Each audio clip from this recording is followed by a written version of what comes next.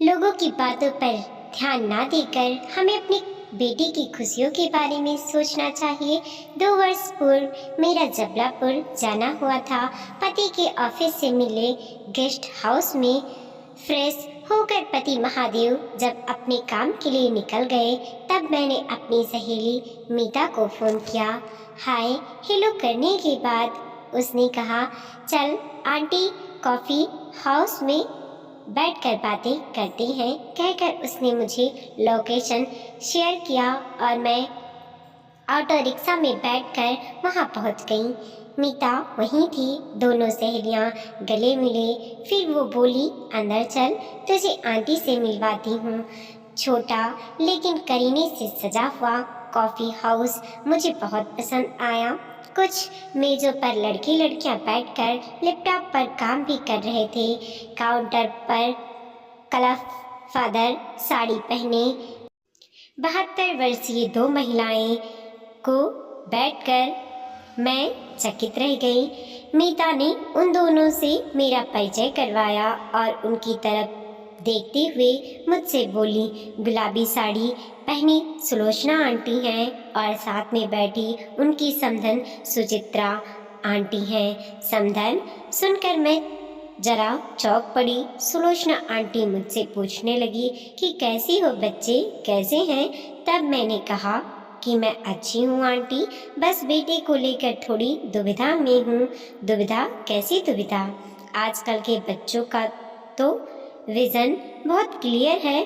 फिर बेटा मुंबई से एमबीए करना चाहता है और हम लोग चाहते हैं कि वह जर्मनी जाए। मैं भी तो 4 लोगों के बीच घमंड से कह सकूं कि मेरा बेटा विदेश में है।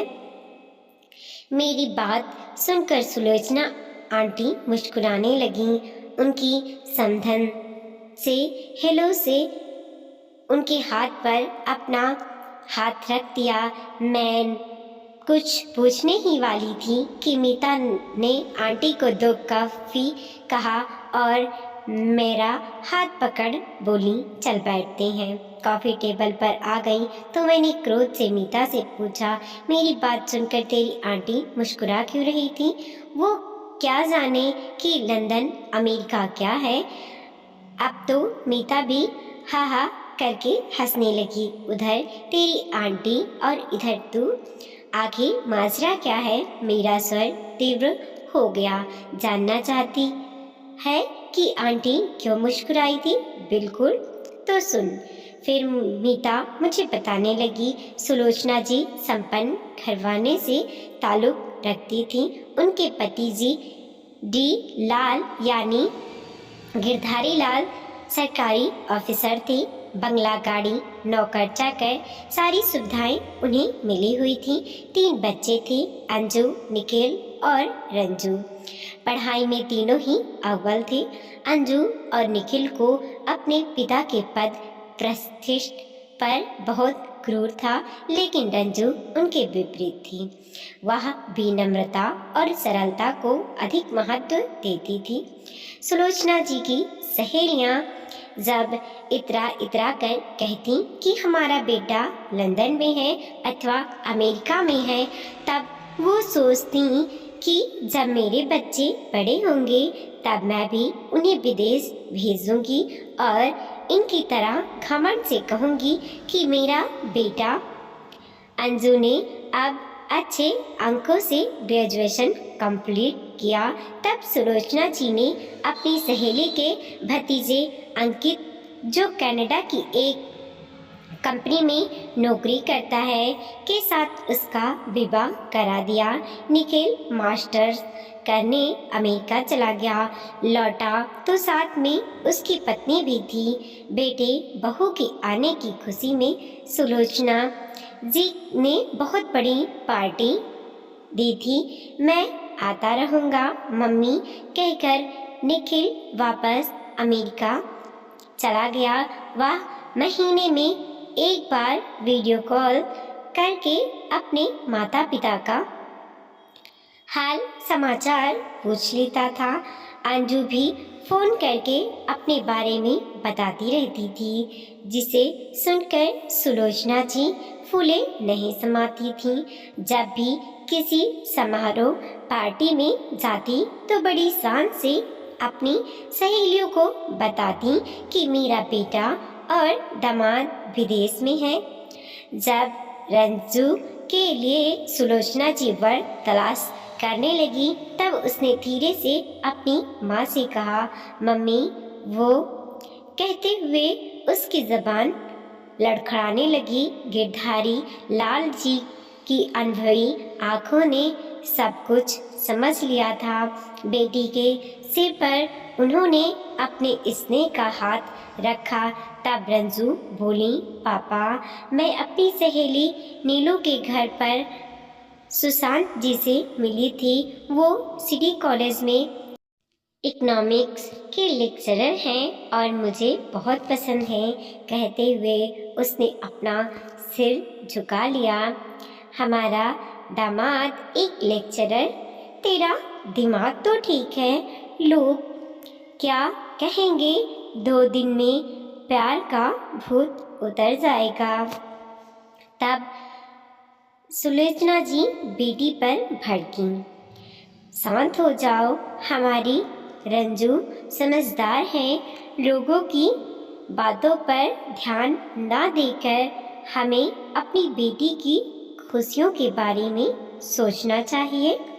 गिरधारी लाल जी ने पत्नी को समझाया और इम्तिहान खत्म होने के बाद वो पत्नी के साथ सुशांत के घर गए। छोटा घर देखकर सुलोचना जी ने नाक भौं सिकोड़ लिया, लेकिन करीने से सजा हुआ घर गिरधारी लाल जी को बहुत पसंद आया।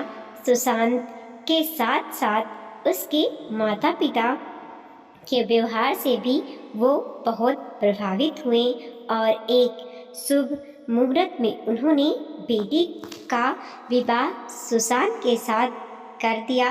रंजू अपने ससुराल में बहुत खुश थी। फिर भी जब वह अपने मायके आती तो सुलोचना जी उससे कहती, तू कहे तो निखिल से कहकर सुशांत को भी अमेरिका में कोई काम दिलवा दूं। यहाँ के लेक्चरशिप में क्या रखा है? सुशांत के सामने भी निखिल और अंकित की बहुत प्रशंसा करती। तब गिरधारी लाल जी ने पत्नी को टोका, ये क्या तरीका है? सुशांत भी तुम्हारा दामाद है, उसका सम्मान करना भी तुम्हारा फर्ज है।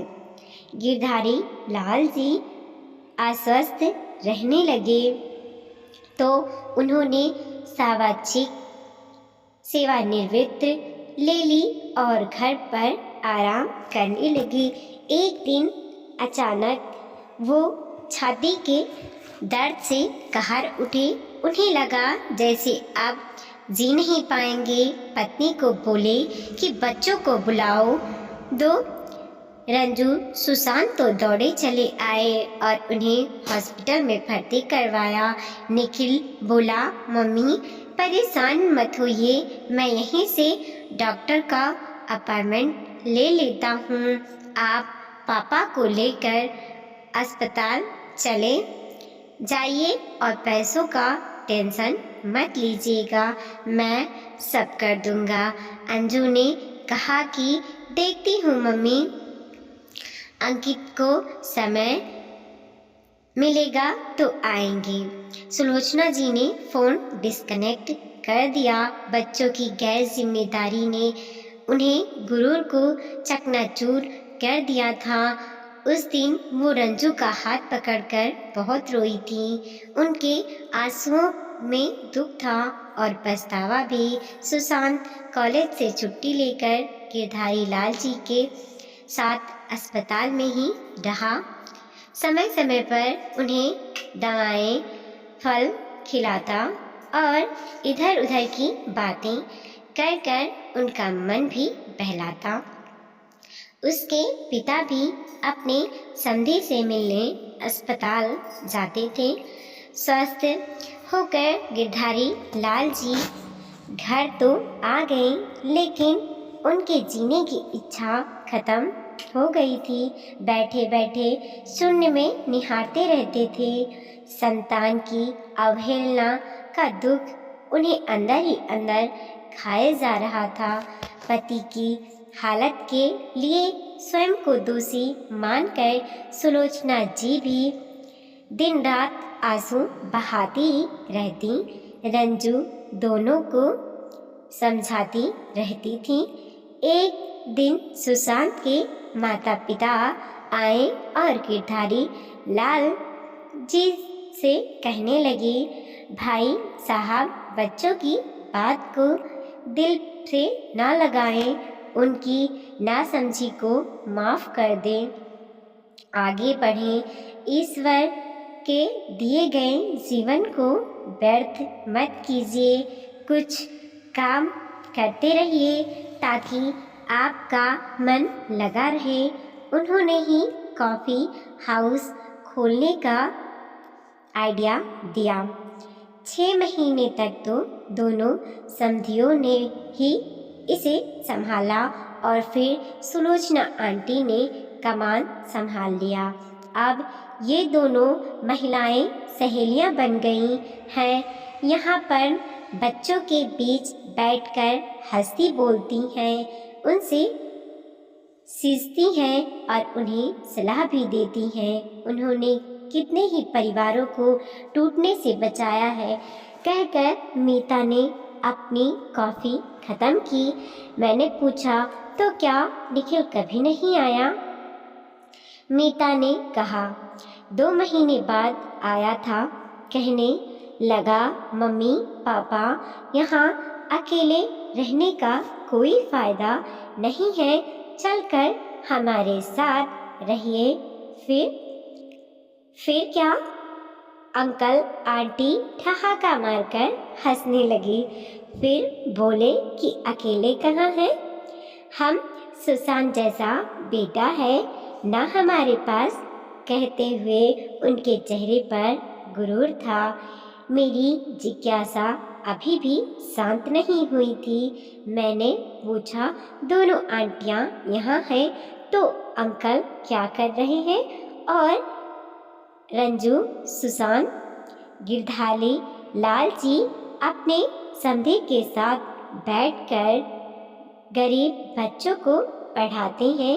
अपने पेंशन के पैसों में से कुछ रुपए उनकी किताबों पर खर्च कर देते हैं। रंजू तो अपना घर बच्चे संभालती है, परंतु सुशांत कॉलेज से समय निकालकर यहाँ के प्रबंध को देखता है, घंटे बढ़े को संभालता है। अब समझी आंटी क्यों मुस्कुरा रही थी? मीता की बात सुनकर मैंने अंकल आंटी को मन ही मन सल्यूट किया।